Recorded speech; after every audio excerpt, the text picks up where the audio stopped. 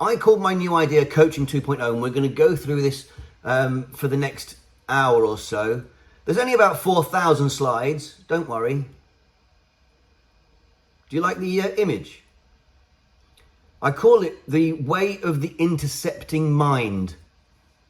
Those of you who are old enough to remember Bruce Lee and the way of the intercepting fist, which is what you see in the background over here somewhere. I do a martial art called Wing Chun, a Chinese martial art called Wing Chun, and Bruce Lee did it, and he wrote a book called The Way of the Intercepting Fist, Jeet Kune Do. But I've called this The Way of the Intercepting Mind. Small homage to him. But in my research, what I wanted to know was, isn't there some kind of lowest common denominator amongst all of the theories that we have in psychology that we just haven't found yet? What unites and separates the theories that we know about? And if you've done a psych degree, you'll be familiar with some of these ideas, metacognition, especially when you start to learn about Piaget and people like this. I was doing a master's degree 100 years ago, and I asked the lecturer, isn't there a lowest common denominator? And they said, no, there won't be one of those. And I said, I bet there is, and I'm going to try my best to find it. This is what I came up with, and we're going to go through the center bit there is constructive development theory. That is the name of my theory, and we're going to go through that. I'm not sharing this out as a slideshow. I'm sharing it out as you see it. So when you get to bits that's got text on it, you'll see all the text as well. I don't mind. It's all good. So the theory says, well, what unites metacognition with trait theory? But what unites metacognition, stage theory, and trait theory? That's what we're going to talk about. If you guys have any experience with levels of development, cognitive complexity, bridges, shells, scaffolding, all of that stuff, please jump in. So the entire framework has got lots and lots of things, but today we're really only looking at the awareness quotient, cognitive intentions, thinking styles make an appearance, dynamic intelligence makes an appearance, that kind of thing, and the development onion as well. So what is constructive development theory? And you don't have to read this. I will happily share the presentation with everybody, okay? That's not a problem. So just to run through the cascade here, constructive development is the name given to my theory of how we construct our thinking in the moment. But we don't really know how we do that construction. So dynamic intelligence is the process of how we construct our self-awareness. And we go from intention to response. Intention, awareness, choice, and response are the four pillars of constructive development, which we use as a filter for the information coming in. And we do this with 50 cognitive intentions. Now, if you've done some NLP, neuro-linguistic programming, you might recognize these as what used to be called meta programs. However, by virtue of the research, I took them out and away from NLP. I don't know if you guys know this, but if you try to do an NLP research at a university, they don't like it very much, and universities are not keen on NLP. So what I did was I took it away from the NLP arena and put it into some neuroscience and some behavioral, and I mapped it to existing theory so that I could actually reframe and rename it to cognitive intentions. And these are the heuristics, the shortcuts that we use that maybe have become habituated over time, which combine together to create our thinking style. And there's 50 of them. And our thinking style is your unique way of constructing you. And this is what we don't actually have much awareness of, and I'll show you why and how in the course of the morning for me, afternoon for you guys possibly. And how do we know that this thinking style creates awareness? Well, I created a measure, and that measure is called the awareness quotient, and it measures our dynamic awareness, our dynamic intelligence. The word dynamic intelligence, think about it in this way. Dynamic means the ability to be able to adapt in the moment to what's going on. So the more things you are aware of in the moment, as you think, as you construct your thinking, the more choices you create, and the more capable you are of changing your response to the people in front of you, or to the situation, or to whatever work problem you've got. And then I call that dynamic responsiveness. And then basically the final outcome of CDT via dynamic intelligence and thinking styles and self-awareness, blah, blah, blah, is how we choose to construct our thinking in the moment from a position of awareness. And that's the theory in a nutshell on one slide. It's really the first. There is no measure of adult metacognition because adult metacognition didn't really exist until I kind of came up with this idea. Because metacognition, if you guys are aware, is really about children and Vygotsky and Bruner and psychologists like that, where you've got the zone of proximal development, which says you get a more knowledgeable other and you help the child along to the next stage by stretching their thinking a little bit, by potentially giving them a process. But you and I are not children, so we don't need a more knowledgeable other to help our thinking. What we really need is a more complex other to notice the patterns, the habits, and the construction of our thinking that we're not aware of. So I created that, the more complex other and the zone of dynamic development. And it just so happened to map with Piaget's disequilibrium principle, which I'll show you in a little while. And it's the foundation, the CDT is really the foundation of self-awareness, and it allows, hopefully, it allows one to become a constructive developmental psychologist. That's a bit of a stretch. I am being a bit tongue-in-cheek there, that kind of thing. But the simplest way to think about this is this. And believe it or not, this slide took me 3 days to create. This is the problem when you why did this take me 3 days? It's probably because I'm just not as clever as I think I am. But basically what it boils down to is the different stages of how we construct our thinking from our level of awareness. At the lowest level, it essentially means that we don't have much awareness. At the highest level, we do. And AQ10, no one is AQ10, by the way, it's just a nice to have. But if you're AQ8, AQ9, you're starting to construct yourself. You're aware of how you construct you and how you construct your environment. So your awareness is greater than your lack of awareness. And it's fairly obvious from the scale. So now you're wondering why it took me 3 days. I had all kinds of ideas. So where does it fit in? There's lots and lots of stage development theories. And if you don't like stages, we're going to talk about that in a little while, in about 5 slides time. If you don't like stages because, for example, AQ10, let me go back up there, AQ10 is better than AQ9, which is better than AQ8, and you have an issue with that, that's fine. I only did this to map it to the other systems out there. What do you notice about this slide? What I notice is that the word red is black and it should be white. But other than that, I notice something called isomorphism. They all roughly look the same. And that doesn't matter whether you're working on trait theory, ocean, or these stages. There's an element of sameness across all of them, which means to me that when somebody does research on stages, they're looking for stages. So what do they find? Stages. That's an issue, because that's an issue from a thinking perspective. You think people that were looking for levels of development would look beyond the stages. Why are they thinking inside that box? Why aren't they thinking outside the box? I'll show you how to think outside the box from a stages perspective in a minute. But first, this is where you guys join in.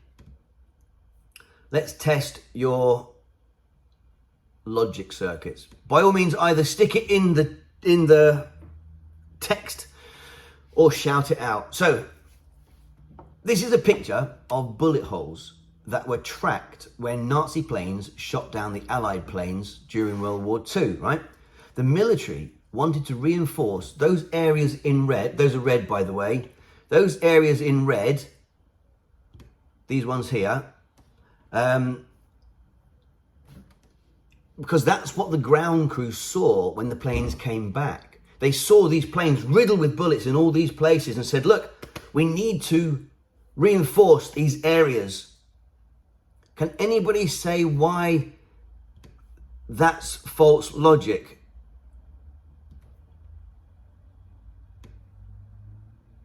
You're welcome to shout out. By the way, I've got some questions in here that are not easy. So even if you don't get it, we'll explain it, we'll go through it. See the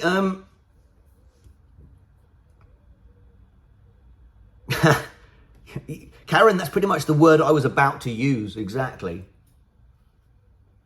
What about the bullets that missed?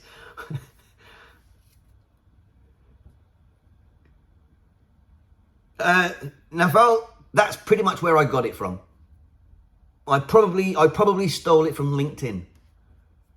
Why? Because it tests our thinking.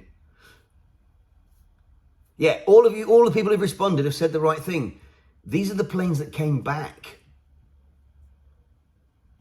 Therefore, the bullet holes that hit there didn't have the impact to bring the plane down. So what should they be doing? Checking these areas out. The bullet holes that made it to these areas were the ones that made the plane go down. And it's a position of logic. So when you think about this problem from a problem perspective, which cognitive intentions are we using? And I've put these ones in here. Abstract, concrete. And we're going to look at those now. How do we know what we know about our thinking? What's our epistemic stance? Look at that. It's like I've made it flow. By the way, I'm not very good at flowing. You saw me go back to that slide earlier. That's because I have what's known as an options pattern. Okay? Someone's microphone's on. I don't know if you guys, do you guys cook? If you cook, do you follow the recipe? Or do you prefer to change it? Personally, I change it, which is why I'm not allowed to cook. Because nothing tastes good. I don't do procedures very well. So just for you guys, me doing this presentation nearly kills me because it doesn't flow very well. What makes sense to me isn't procedural. So when I show it to someone else, say, would you mind having a look at this? They say, well, could you move that up there and then it will flow better? Does that make sense? So what is a cognitive intention? It's about how we construct our thinking. There's 50 of these cognitive intentions. And you might know these from other things like VAK at the top there. Okay? Notice how I'm changing things as I do it. Options. I can always make things better. Okay, so we use these filters for information coming in, and the way we combine them is how we look at the world, how we view the world, how we construct our thinking, how we construct our world. I've got all of that in the talk. So how do we know this? Because we can't read the label of the jar that we're stuck in. However, the jar contains the ingredients of these 50 cognitive intentions. And that unique combination of those 50 cognitive intentions is your jar. So with the right intention, awareness, choice, and response, the label of your jar can change from moment to moment. In fact, we're going to talk about personality and how it's not real, and how at the higher levels of the awareness quotient, it's a construct and should be a choice. Personality is a nominalization. You can't put 10 kilograms of personality into a wheelbarrow and take it out of a shop. It's a construct. And I know you guys know this, but we'll talk about it, how we do it. So if you think about this now and you think about how you construct you, what would your label say? You don't have to answer. Would it say coach? So what are the fundamentals? These are the, let's say there's about 14 there. These are the main ones. And when we look at them from an intention, awareness, choice, response perspective, it makes sense how we filter for these informations. And I've got lots of studies that demonstrate which cognitive intentions we know the most about, which ones we know the least about. How aware are we of our thinking? And I'll show you that on a slide a little later. And it's not just, for example, my first few studies were with students, master's level students, but I've got cognitive psychologists, clinical psychologists, bankers, CEOs, lecturers, all kinds of different people. And we're going to look at those things as well as we go through. But what unites us all is when we know that we have an external locus of evaluation, it manifests as a specific way of behaving. It makes us predictable. But how do we go from knowing what it is to understanding how it impacts our thinking and behaving? Well, my research looked at it like this. It's really about intention and how aware you are of that intention. So this person, I don't know who this is me making it up, But if you've got internal, which is an internal locus of evaluation, which says, I rely on me for my rules. I get all my rules from me. So if you guys are internal, you're saying, well, how good is Darren? What does it mean? Do I care what he thinks? I will judge Darren's professional capacity through my own filter, and I will determine for myself whether I think I should believe him. Internal, right? Maybe that's a little extreme. Somebody who's massively external, if we flip those around, says, wow, Darren's right. He's awesome. He's also very handsome. I think I'll believe everything he tells me. Just from the description, you understand the way that those two things might manifest different behaviors, right? So actually, it's not about whether you are massively internal or massively external. It's about the gap, that red bit there, the intention, the unconscious intention. If your profile looks like this, you don't do external. You can't do external, which means you don't have an external perspective. What we really want is balance. That's it, really. That's the entire talk. How do we do balance? If we strive for balance in everything we do, what we're really striving for is intention, awareness, choice, and response. Our capacity to respond in the moment to anything. And this forms the basis of everything we're going to talk about for the next 400 slides. Does that make sense to everyone? If you've got any questions or want to ask a question, just jump in.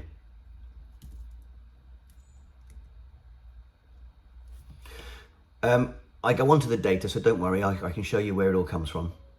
Remember I said up here about, a little further up, about levels and what if we don't like stages, that one. Well, I overcame that because what I found was that this is actually my journey through my PhD, and it took me 2 years to get academic writing correct. I was absolutely rubbish at writing. 2 years. Remember I said I'm not very procedural. Well, academic writing is procedural. But what I did was I had the top paragraph, and then I had another two, and then I had the fourth paragraph on a page, and they mapped together, they worked together. But there were two in the middle that shouldn't have been there. So if you move that one up, it flows. In my mind, it flowed anyway. But if you were procedural and you read it, you think it was literally nonsense. So it took me 2 years to do this, and I had to force myself to be procedural. I had to force myself to be concrete, which is who, where, why, where, what, and how. Because I've got my head in the clouds, I'm a bit abstract, I'm a bit global, big picture, that kind of thing. So what we do is we focus on being procedural. See this line here? And we focus on it until it becomes part of how we think, until we can at least master it in the moment. So later on, when I needed to use my procedural thinking again, I didn't need to relearn it, I just needed to revisit it, which is that other turquoise line there. I just had to revisit because I'd already embedded it in how I think. And that gives you a hint towards some of the interventions we're going to look at later. So I call this the development onion. You can forget words like that. That just means from an internal perspective. But if you think about it, and I know some of you are probably already thinking about it, each one of these rings is a stage, a step, a plateau. It doesn't matter what you call it. The fact is we focus on the cognitive intention that we're not good at until we get it, until we can at least strive for balance, or at least towards balance.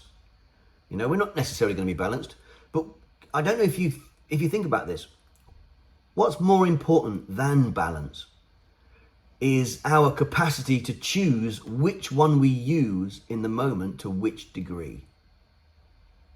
I hope that makes sense. If the situation requires me to be internal, can I do it? If it requires me to be external, can I do it? And I've got something on that in a second for you.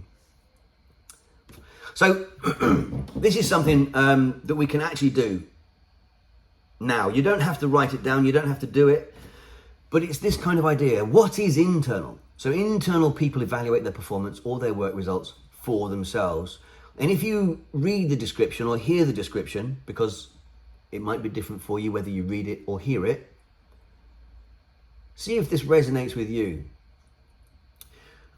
They are autonomous in their judgment, and when this tendency is strong, these people have a hard time accepting suggestions from other people or dealing with feedback. And I have an exercise. I do some vertical development work with my master's students, and this is one of the things we talk about and we look into, is about how you receive feedback. Okay, universities don't actually cater for this. They just give feedback the way they give feedback. But what if a student isn't internal? What if they're external? What if they're procedural? What if they're so on and so forth? All right. So one way of intervening in this is to do this tiny, tiny exercise. Okay. Think about this, right? As you sit here, we're all thinking, we're all looking at this from an internal perspective, unless you're external. Consider in 250 years' time, one of your descendants is curious about what happened in 2020, the COVID period, whatever. They're just curious about it. Can't believe it happened. And they look in the genealogy logs and they see you. What do they write down? You have to write down what you think they will say about you. Right? Write down what that entry says about who you were. Not what you did, because what you did doesn't matter. What you think doesn't matter. How you think is more important. So, who you were as a person. How did you leave people feeling in your interactions? What did they say about you as a person? Consider this from the perspective of the different groups of people you interact with. Because each group is a context. Family, friends, business, customers, suppliers. And we're going to look at something in a little while about profiles, when we look at the profiles, that says things like, even divorce is an environment, it's a context, and it impacts how we think. So if you were to do this small exercise, I say small, it could take you half an hour, and you wrote this down from different perspectives, and you externalized your perspective. That's what we do. For people who are phenomenally internal, we do stuff like this. Why? Because we want to go from there to there. Kind of obvious, right? I'll quickly go through the research for you. I promise not to take too long on that. What I wanted to know was, how do people transition stages? There's loads of information about stage transition. And there's loads of information about intelligence. And I haven't got it in this talk, but I have got it on LinkedIn. But intelligence, when you look it up, it's all made up. And I mean, it's fabricated. In 1996, a bunch of psychologists got together and defined it. But when you look at people like Sternberg, Gardner, and all these others, they literally made it up. And most of the time when it's taught in psychology degrees, there are logical fallacies in the teachings. 80% of the books that teach psychology and intelligence have logical fallacies in them about the intelligences. So when I decided to create dynamic intelligence, I had to find out whether it was a real intelligence or not. It was a bit of a moot question. So that's what I wanted to find out originally. And what I eventually did was, this is my factor analysis for study 3. And just so you guys know, yes, of course, I should have done this earlier. But this slide shows a factor analysis of 50 cognitive intentions on 8,200 profiles. So from a quantitative perspective, it's fantastic, it works. However, just because the data says it, doesn't mean that human beings actually do it. So I had to do other experiments as well, studies. But 8,200 isn't bad when you consider that MBTI has 16,000 as its data set, and that's a global organization. So how do we know it works? Because at the different TQ... I have a question. Find it intuitively challenging to make logical sense of the conscious and unconscious part, i.e. the conscious is a combination, balance, of the average of internal, external choice. The unconscious is the difference between internal and external. So what that means is, somebody who is only internal will filter the information coming in through that one cognitive intention. And I'm being simplistic to make it easy to understand here, but to make it simplistic. So they don't filter the information from a second person's perspective. If they only do internal, they only really do first position thinking. They can't do, as you guys are coaches, you might do things like second positioning, or you'll do something like the, and I've just forgotten the name of it, where you've got the position 1, position 2. So they do own position, but not partner, and they can't do the meta position because they're stuck in internal. So they filter all the information through their own thinking as if their own thinking is true only. They can't put themselves in someone else's position to wonder what it's like from their thinking perspective. Okay? That is unconscious. They don't know they can't do that. I hope that makes sense. If not, we'll explore it in a little while. Keep your question, and if I don't answer it throughout the rest of this, we'll do it again at the end. So my data showed this. At the different levels of the thinking quotient, what it said, not the AQ, the TQ, because it's different, but I'll explain that later.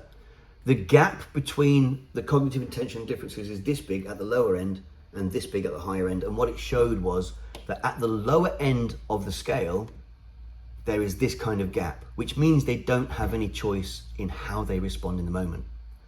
At the higher end of the scale, see these two up here, that gap there, it's much closer together. It's much more like this. It's much more like that. So they do have relative choice in how they respond. And that's what the data uncovered. And when I did this graph, it was fantastic. In essence, my PhD was finished and I did nothing for about 2 days. And what it means is, the TQ is what I used for the TQ is what I used for the PhD. I did the AQ as well, but I didn't put that into the PhD. TQ is aligned with Robert Keegan and Otto Lasky. In other words, if you are, where's my mouse? If you are TQ 2, 3, or 4, then Robert Keegan and Lasky say that 3 is called socialized mind, which is, if you think about it, an external, a partner. This is what I did. But if you are level 4 using their system, you are a much more self-authored thinker. You take on responsibility for how you construct and think about your own actions and thinking. And I mapped the cognitive intentions to that based on my work with students. Because what I noticed was that when we looked at the profiles of some of the students, the way they think, the way they construct their thinking, looking at the profiles, mapped to different levels of Keegan's and Lasky's systems. I'll come on to that in a minute. Yeah, Louise, exactly. The second, I've remembered. It's called, the one that I'm thinking of is called the perceptual positions exercise. If you want me to, I will send you that when you get this information. It's an NLP thing and it is really good. It is really useful for clients who don't do second positioning or even the meta position or even the fourth position, because that's about abstractions. And if they don't do abstract as a cognitive intention, they won't get it. This is just an idea. We'll look at those over time, but you can see the point when you start getting over this side. I didn't hear anything from Ben then, but there you go. So what did my data tell me? Initially, it told me that the data were artifactual. In other words, even though I had 200 profiles from an academic perspective, it didn't really tell me anything that I wanted to know from a constructed development theory perspective. But what it did tell me was that the cognitive intentions used by students were different to the ones used by the general public in the other 8,000 profiles. So what that did was it gave us a relative academic thinking style. So if you haven't done a master's degree and you want to do a master's degree, it might be useful to focus on these cognitive intentions in your personal development so that you go that way in order to do an academic degree.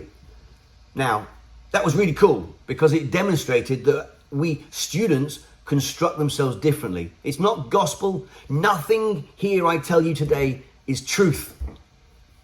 It's just an interpretation of the data. But what did it come out as? When we look at this, how do we know what it looks like? Here's a lovely thinking styles diagram, and when you get to AQ10 down the bottom, it's a lamp, because you can really construct yourselves as you like. you can identify as a toaster if you can construct it. But you notice the image on AQ5, it's linear, simple. When you get to AQ9, on the other hand, you're capable of constructing everything. Look at all the different shapes and the ideas. I like this image because it represents how I think about this thinking. And yes, of course, I will send all of this out to you. But if you really like pyramids, it looks like that. I don't like pyramids because it makes AQ10 look like it's the top one. And if you think about it, I don't mind teaching, because I next September, I am teaching this in my university, and also another guy in Switzerland is teaching it as a module in another university over there. We know that no one hits AQ10, but if we teach it from an AQ10 perspective, then we've got something to strive for, and we'll rise through the pyramidy bit. Right. Really and truly, most people, we want them to get to about 7, because that shows a specific way of constructing our thinking from a position of choice, intention, awareness, choice. Now, how does this transpire? Well, let's have a quick look at something. Has anybody ever seen Dexter? How does Dexter construct his world? He's a bit of a narcissist, a bit of a psychopath. On the left-hand side, you might be shocked to know that actually is a real profile of a psychopath, a sociopath. And you can see that they don't do feeling. Their internal, look at their internal, 100%. They couldn't care less what you think. They push their own agenda. They don't do feeling. Enormously caring for self, do not care about you. Dexter is fairly awesome. The program is fairly awesome. I hope this gives you a nice frame. I used this, 2 police officers in the UK have used my framework to do their master's degree, and I gave a talk about it to their police force service, and I used this idea, this slide, to show them what the principle was. So the question then is, if that looks like Dexter, what does the data mean? What does this mean from a theory perspective? Well, what it means is, and what emerged from the data was intention, awareness, choice, and response. And we don't need to look at all of the 50 to get this right. Okay, so these are the 4 pillars. And if you think about this, when you guys are doing your coaching and you ask your client, what's your intention? How aware are you of your intention?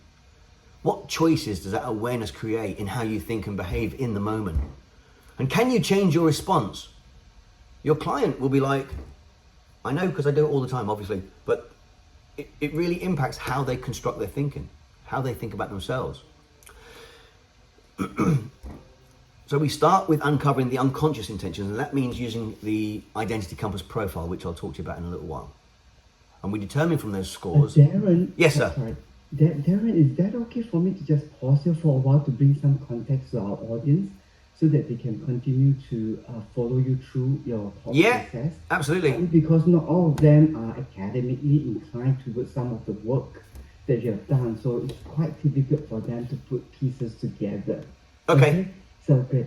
So thank you for interrupting. I don't mind skipping, Ben, I don't mind skipping slides if it's easier. No, I would just like to bring some context to our audience so that they can continue to follow your chain of thought as to where you're going with it.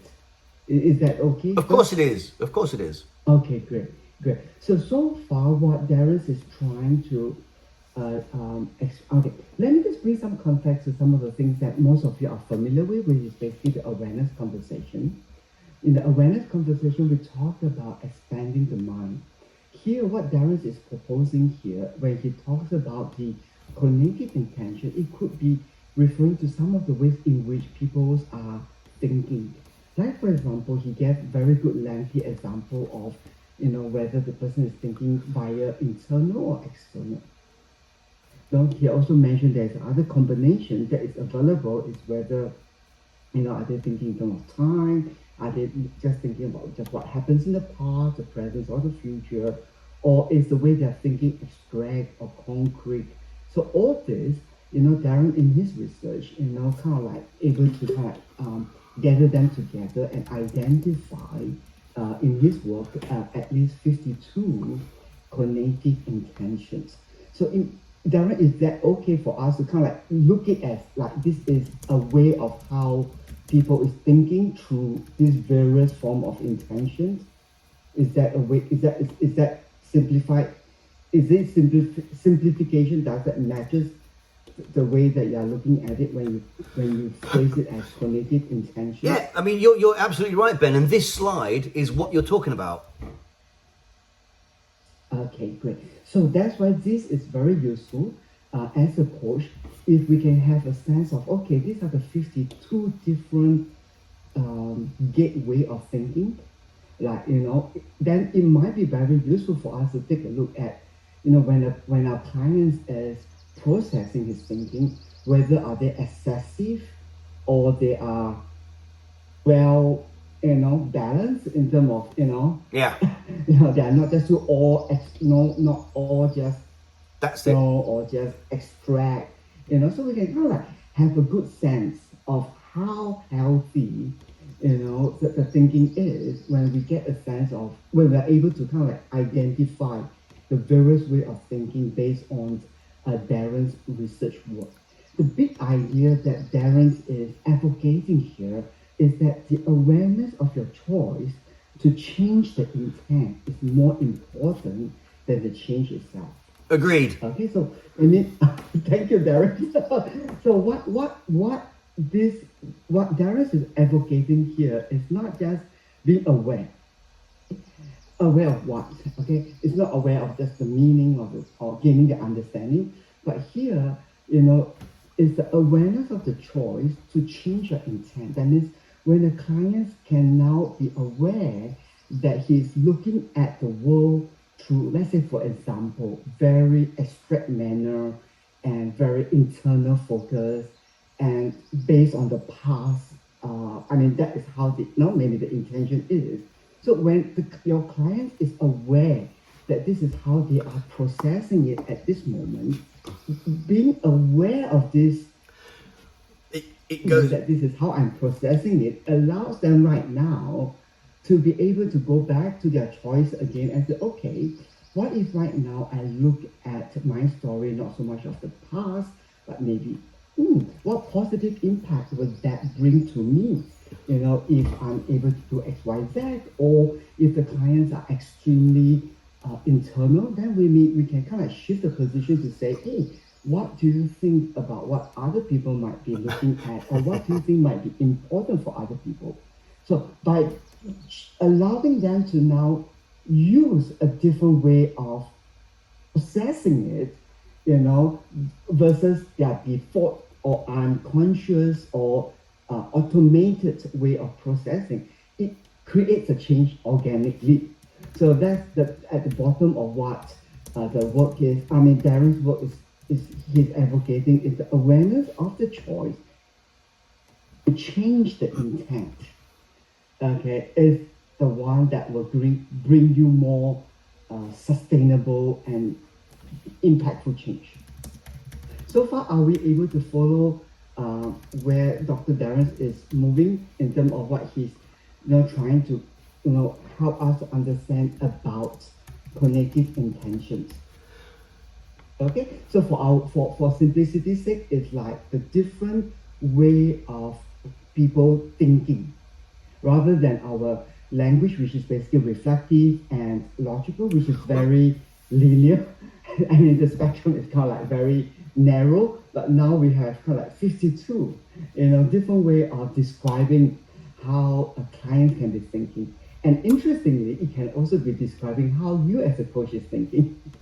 So if you as a coach, your way of thinking about how your client is talking, your own processing capacity, if it's very concrete, very abstract or whatever that is, certainly that is also going to impact the way you're making sense of what the client is presenting to you. Exactly. Okay? So I think that's the value of what Darren's work is, being aware of how you are currently thinking, and then now bringing that awareness for you to think about how you can now maybe broaden it, or maybe you felt that, hey, I need to focus more off because maybe I'm always very global perspective and I'm not considered, very, detail level. You know what I mean? So that allows, intentional growth now that you're aware of how your thinking processes is. Yeah? Good. So Darren, with that, if that is a fair statement for me to put the context around, Yeah, I mean, pass it back to you for don't you worry. to continue to interact with our students. We are going to talk about all of that. And I know we've still got time. And there is a caveat to what you said, and the caveat is really what I wanted to talk about is, think about it this way. If this is a client, this is the coach. If the coach is here on the AQ scale, that's okay. But if the client is a level above the coach can't coach them. And no one talks about this. If the client is a level above the coach can't coach them. But when you look at other systems, they think they can. And I've got all that covered when you look at it from a general coaching perspective and when you add my stuff. So let's go through it. I'll skip to the fun parts. So what I want to know from you guys is, if we think about humans as a system, that's a very simple system. But if I asked you, what do you see here? What would you say?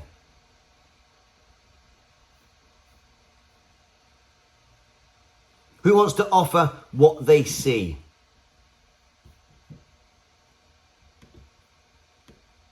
Yeah, I know you know it's a trick. Aquarium. Aquarium. Aquarium is true. What else do you see? Fish. Lucy is hitting the nail on its proverbial head.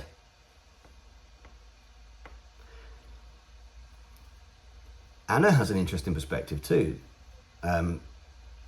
Light reflection. Oh, Louise says nature. There you go. Try this with your clients. If you go to businesses, try it with your clients. What I'm looking for is somebody who says fish to someone else who then describes the entire ecosystem and how all the dots are joined. How does the bubbling impact the system? What about the bloke who puts the food in? How does everything work together? You've got fish on one side, ecosystem on the other. We're looking at levels of development, and it's a very simple way to gauge your audience, okay?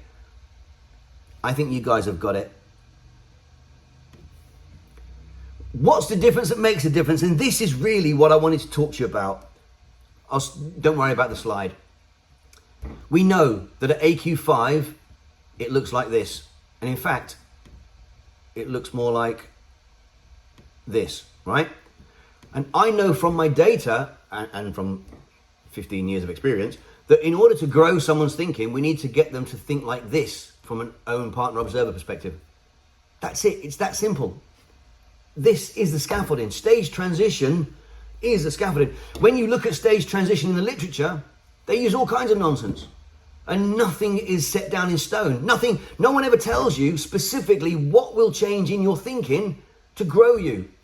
And people on LinkedIn are charging 5,000 euros for a vertical development program, and they cannot tell you what will change. Not they won't tell you, they can't tell you. I know, because I asked them, specifically asked them. This is what it looks like. It's easy to work out. I can show it and demonstrate it. That's not a problem. But for purposes of time, let's flip on. What are the benefits of knowing this? Well, the point is, the lowest common denominator in personality theory, trait theory, ocean, constructivism, is self-awareness. The more self-aware you are, the greater control you have over how you respond in the moment. That doesn't matter whether you're at a football match or playing a chess game. And you saw that one already. From a profile perspective, if I look at a profile, I know if it looks like the one on the left, it's low DI. But if it looks like the one on the right, it's high DI. What do you guys see when you look at those? Please tell me what you see.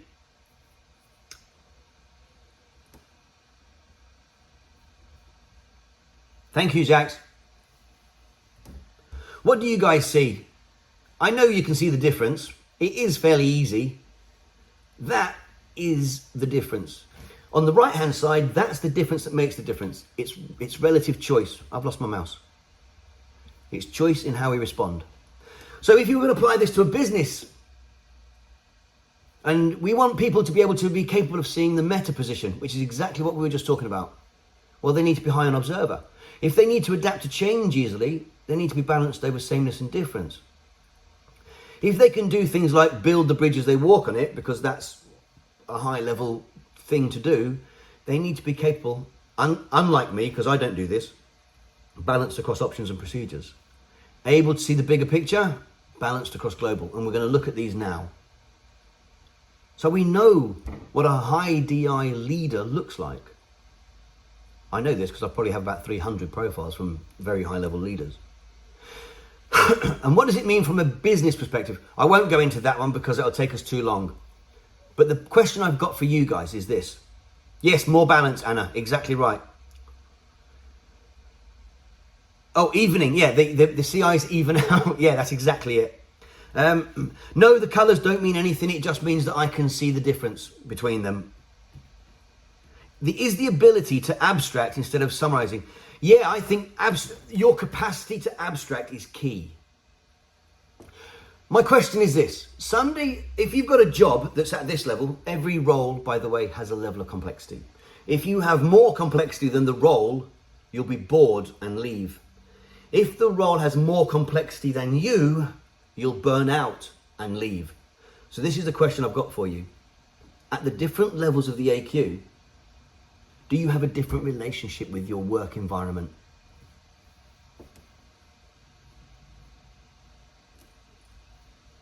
Depending on your level of complex thinking will determine how you think about your work environment. But not just your work environment.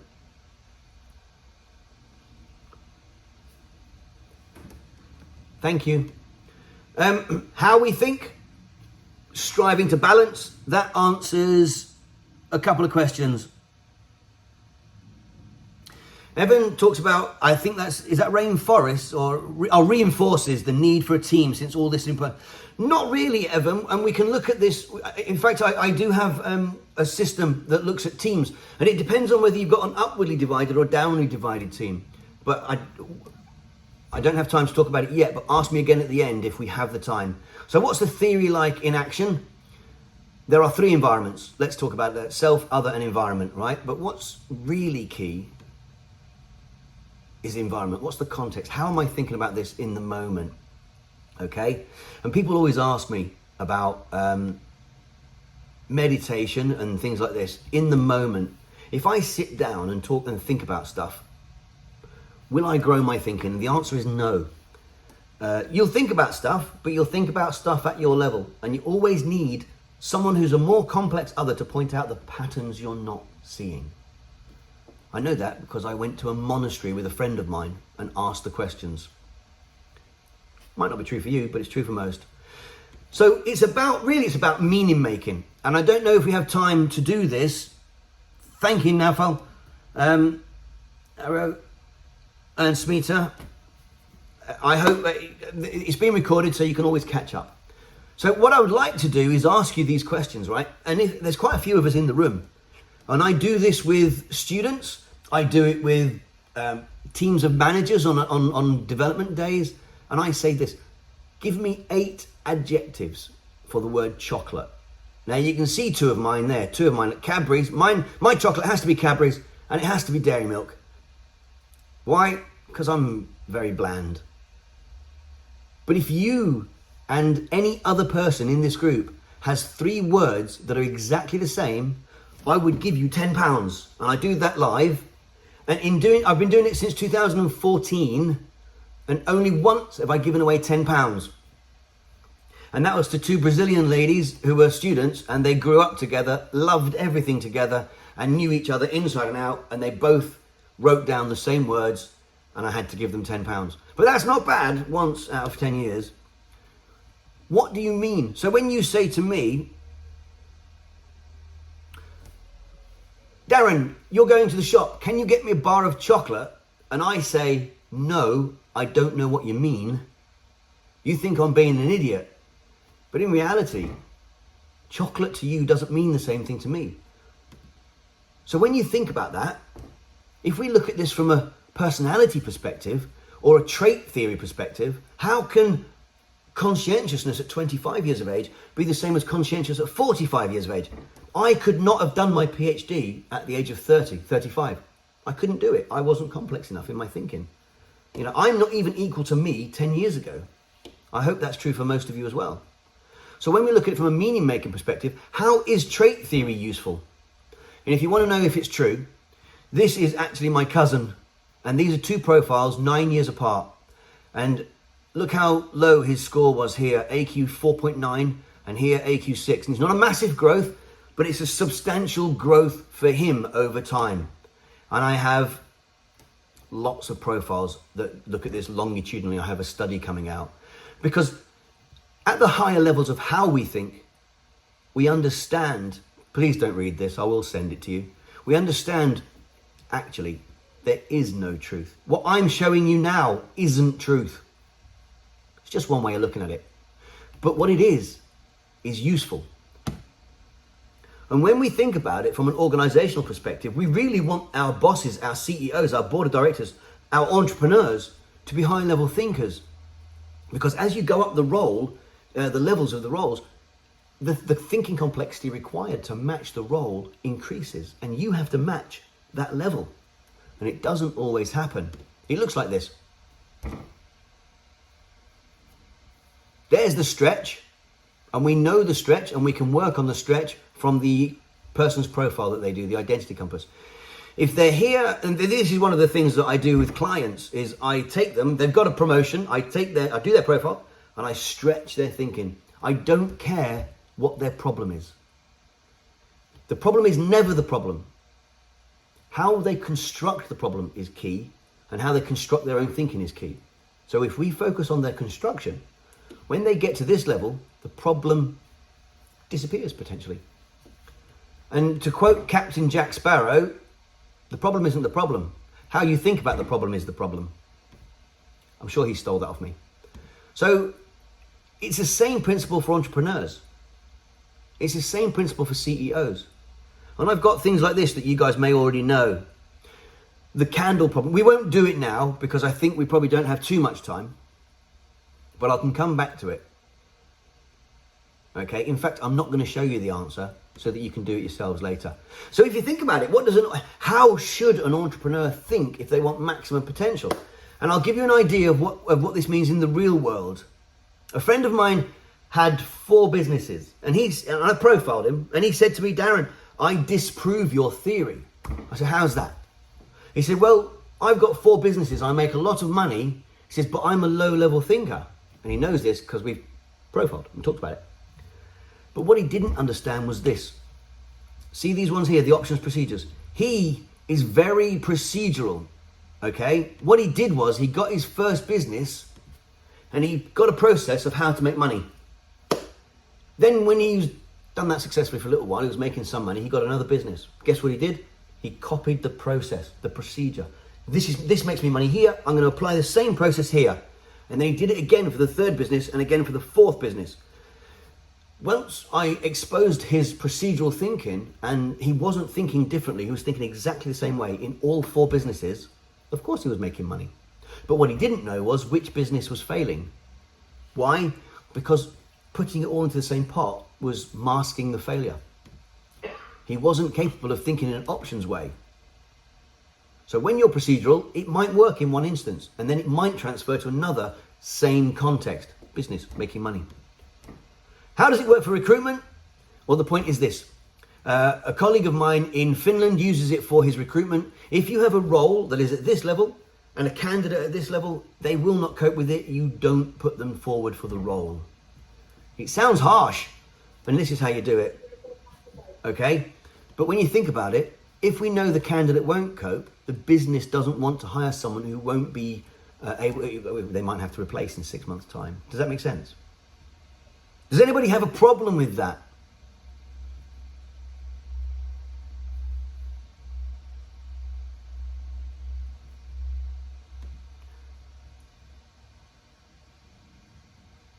Smashing. All right, so what does it look like when we do it from a team perspective? What if you guys go into an organization and profile 10 people? We can determine how the team thinks, where the team will be marrying their understanding, their constructions, and where they might conflict. And it's a really useful way of exposing issues within the organization. Everybody on the, as you look at the screen now, from a team perspective, we can see that this blue person has a lot of opposition to the black and the purple person. Well, that might mean conflict. And once you understand the profiles, we know that these people construct themselves differently in context.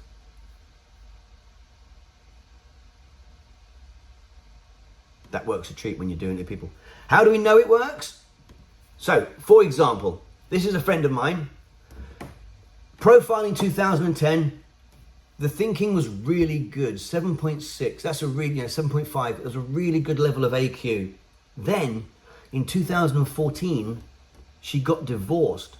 But we don't really think of divorce as an environment, as a context. But it's an emotional trauma for all intents and purposes. And think back to your own clients. When they've gone through something like this, how is their thinking? My system can measure it. 3 years later, she's clearly got rid of him, moved on. Her thinking's actually bounced back. And there's a lot of talk at the moment about resilience. And for me, this demonstrates her resilience. Does that make sense? She's gone through this. She's come out the other side. However, you're now wondering why that one's lower. Well, that one was divorce. That one is a change of management in her work environment. She doesn't like it. She still doesn't like it. Her thinking has been impacted. Not massively so. She's still above 7. But she doesn't like the management system that's in place. It impacts her thinking. So it doesn't matter whether it's a broken ankle, a divorce, or an environment at work. Your thinking changes. And using my framework and my system, we can measure the changes. Okay with everybody? So when you think about this from a self-awareness perspective, she did a profile for me where it measures her. She told me what she thought her self-awareness was. She's a clinical psychologist, and she underplayed her own level of awareness, which in itself is a lack of awareness. No, Louise, I don't have COVID yet. I haven't done a specific project because I'm still looking at the longitudinal and stage transition. But it's a really good question, and what I should have done, Louise, to your point, is profiled people before the COVID kicked in, and then after COVID, maybe during and after COVID. That would have been a fantastic study, I agree. However, I would have needed an element of clairvoyance on that one. But what I'm trying to demonstrate with this one is that even clinical psychologists who deal with people and thinking all the time still are not as self-aware as they think they are. But what I've got for you now is, because we're all over the globe, someone's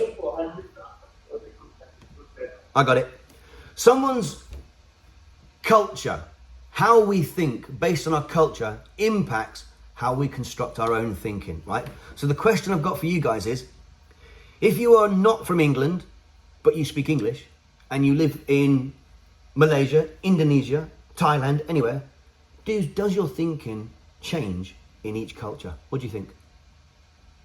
How you construct you in your culture, does it change in each one?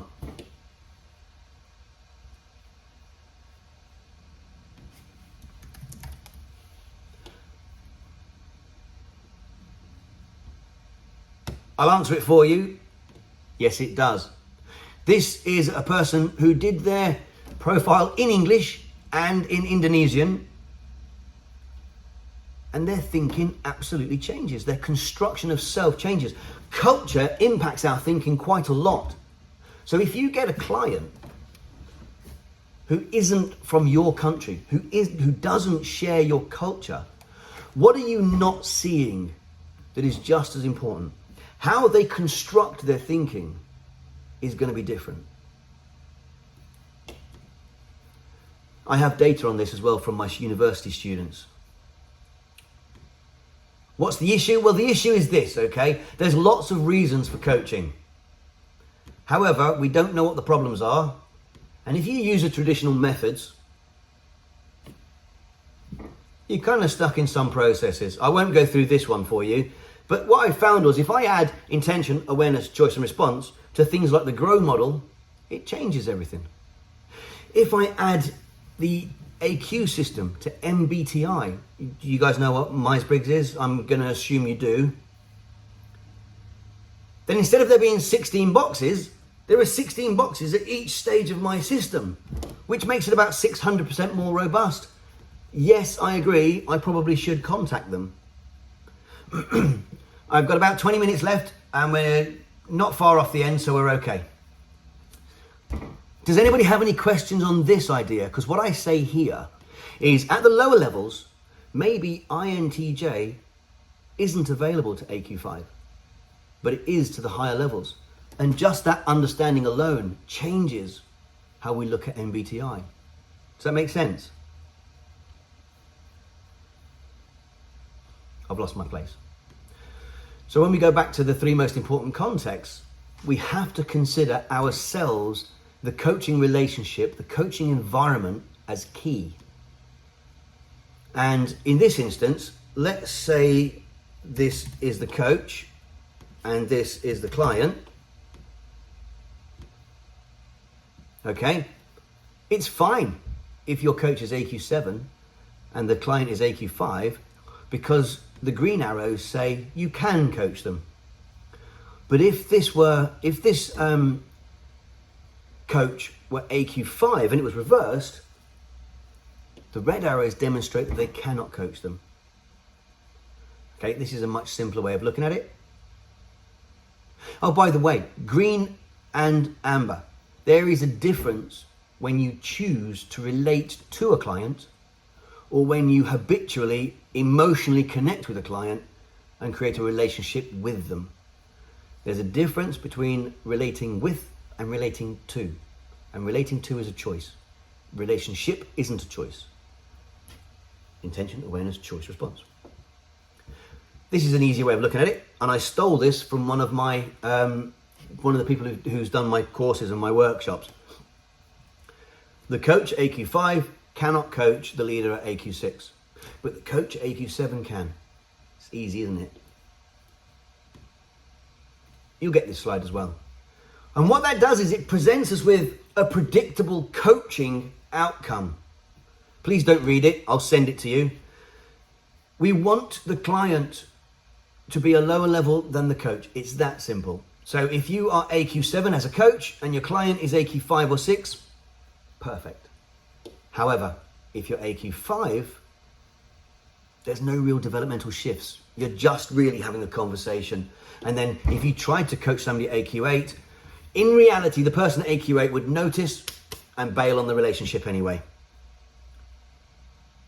I'll send you this slide. It is quite useful. And the problem I noticed was this. The International Coaching Federation has used me and my system to profile coaches because they want to know what's the difference between a PCC and an MCC. And it's not just hours, how many hours you've done as a coach. Because if you're a terrible coach, it doesn't matter whether you've done 1 hour or 1,000 hours. You're 1,000 hours being a terrible coach. So they've used my framework to determine the difference. And what I noticed was, initially, all of the coaches were underneath AQ5. But what they were from a Keegan perspective was all very socialized in their thinking. In other words, I want to help you. I am a coach because I want to help. But that doesn't mean you can. Wanting to, going through a few procedural programs, developing a few coping strategies for your clients doesn't mean you are capable of coaching them. That's the controversial bit that comes out of my framework. And it's not just mine. Otto Lasky said it probably 10 years ago as well.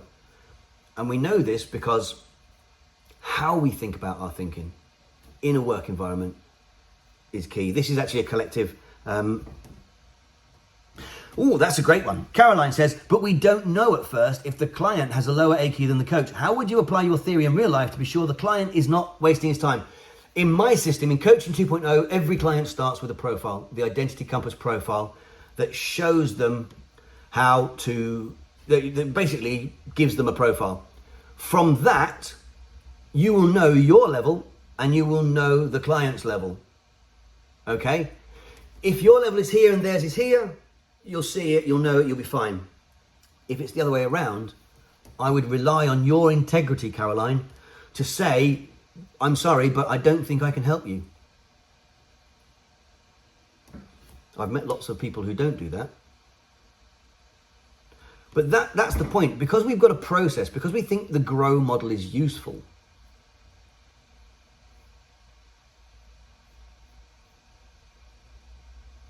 you're welcome. For everybody's perspective, I've been doing this a long time. I gave a talk to the Association of Business Psychologists and told them that trait theory is nonsense, when their entire life is trait theory and psychometrics. I'm used to the controversy and I'm used to provocation. Okay, if you disagree with me, I'm more than happy to answer any questions. If I can't answer the question, you are awesome. What I find is that we get coaching by numbers. We get coaches stuck in second position, dying to help. I want to help you, but they can't disassociate.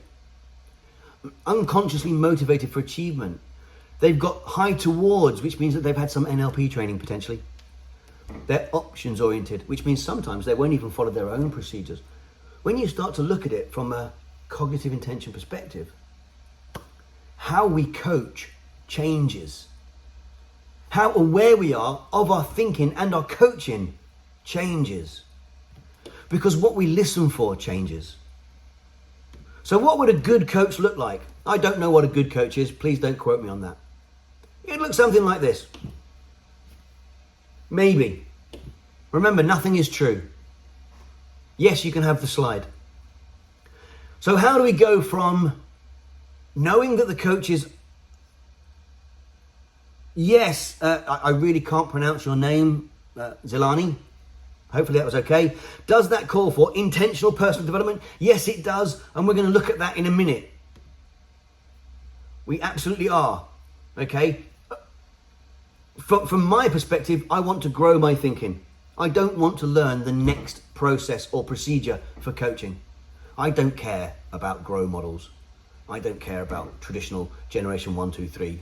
Okay? Some of the stuff in Gen 3 is okay. And if I go back and show you what I mean, coaching with a reflective perspective, that's fine. However, it depends on your level. Dialogue based depends on the level of the coach.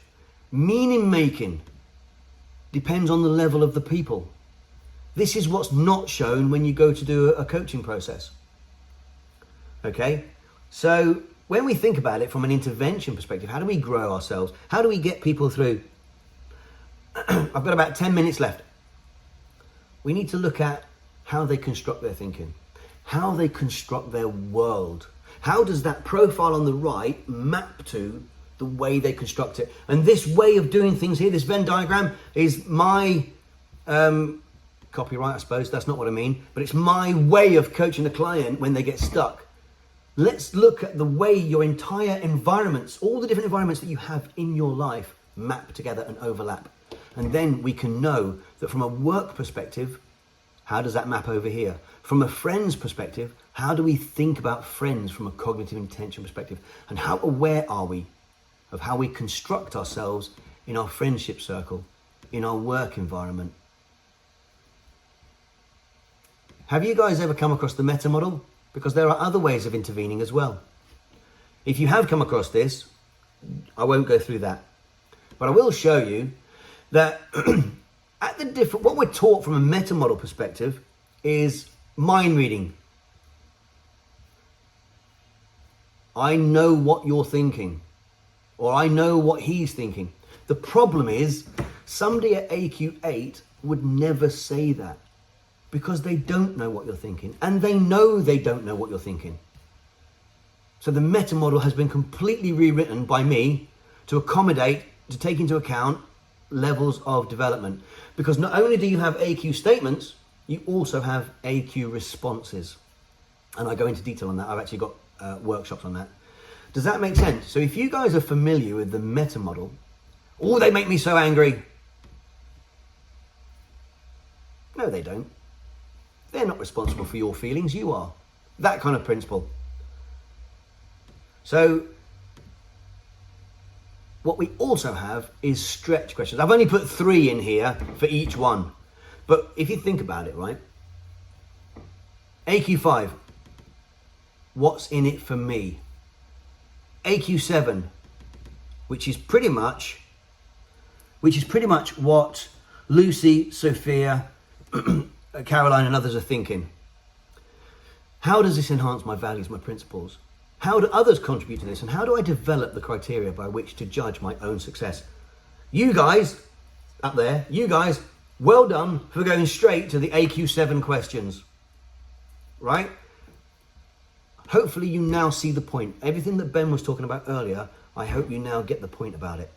And does it take a concerted effort to judge and grow your own thinking? Of course it does. And there are programs that we run, and it's not just me, there are other people who do the facilitation as well.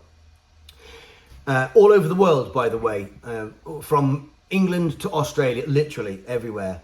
And what we do is, what I do is I actually call them, instead of calling them coaches, because we're looking at levels of development, I call them more complex other, or MCO for short. That might stick, I'm not sure. It depends on what you guys think about it. I think, right, that everybody could get to level 7, AQ7, and that will be a fantastic destination. Could we get everybody to AQ7? Something to think about. So as we end this talk, Alan Watts said, you are under no obligation to be the same person you were 5 minutes ago. Once you get to AQ8 and above, how you construct you is a choice. Therefore, personality is a choice. There's no such thing as personality.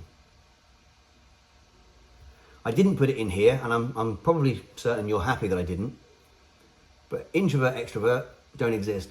When you deconstruct introvert, extrovert using cognitive intentions, and you can choose which one you do in the moment from a position of awareness, the labels disappear. Please don't read that. I'll send it to you. Now, any questions, any thoughts, or anything like that, if one of those questions is, can I try it out, Darren? Then we can find out what kind of thinker you are. In the UK, a profile is about 250 quid, 300 euros, that kind of thing. But for this, I agree with Ben that I would do one. If anybody wants to do a profile, I'll do it for £99. And what that will include is the actual profile, your scores, and my feedback. It says 15 minutes of feedback. I suspect it will take a little longer. And the profile can be done in English. Well, it's about 26 languages. So Indonesian is one of the languages that it can be done in. So if you guys wanted to do it, you're more than welcome. Just get in contact with me afterwards. And just a little tongue-in-cheek image to end things. In fact, that's a better one. Look at that. Does anybody have any thoughts, any questions? I know I've covered a lot. I appreciate that you took in a lot of information there. I'm more than happy to talk to you, answer questions, answer emails, and anything else that you want to add, by all means. Zelani's question about, does this call for intentional personal development? Yes, it does. And from my perspective, we need to look at how we construct our thinking. And it's this kind of thing here. We can learn about self-awareness, the meta model, and the different levels of coaching that I have, that kind of thing. Do you recommend to do it in one's mother tongue or English as okay if we're fluent? Well, Sophia, what I said earlier was that if you do it in... Did I do that? If you do it in English, you will construct your thinking differently to if you do it in your mother tongue. So how you think in English is different to how you think in, and I don't know where you're from, let's pretend France, how you do it in French. And I've got one where a guy does it in German and Spanish. And in German, he's much more procedural, you know, and in Spanish, he doesn't care about time. The cultural stereotypes are true. It's amazing. So the answer to the question is, you do it in whichever one you want. Let's see if there are any more questions before Ben says I have to stop. Yeah, no worries. I from a descriptive perspective, I will put that in the questions. I will put that here now because that's not a problem at all. I'll show you this now. I'll stick that. This for you guys, because you can appreciate when I post this here, there is actually no way I could get away with this slide. There's a description of the levels for you. It's in the chat right now. Does anybody have any questions, any thoughts? Does anybody hate it? Does anybody love it? Great. So we have about 4 more minutes before we were going to end the session. So take good advantage of the last 4 minutes. Anyone has any questions for Dr. Darren Stephen regarding to what he's presented? If not, otherwise, we'll move on to, with our own private discussion on how we can go about, internalizing, integrating some of this, to our work as a professional coach. Anyone else before we, say a farewell to our dear good speakers for today? Yeah, I can only. So Sorry, Ben. Darren. I take your point. I do tend to share a lot, so I do apologise if I lost anyone. But you're welcome to the slides, and hopefully you'll follow it in your own time. Thank you. Darren, it's great to have you today. With us to share with us your great work, and we certainly believe that all this work that you have done will be a great resource, to advance, the work of a professional coach in the sphere of advancing human potential. Great. So if not, let's everybody give Dr. Darren a thumbs up. Thank you, everyone. Okay.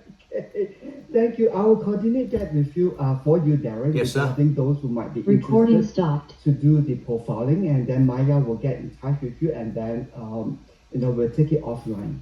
Thank you. Thanks everyone for being here. Very much appreciated. Thank you. Thank you. Bye.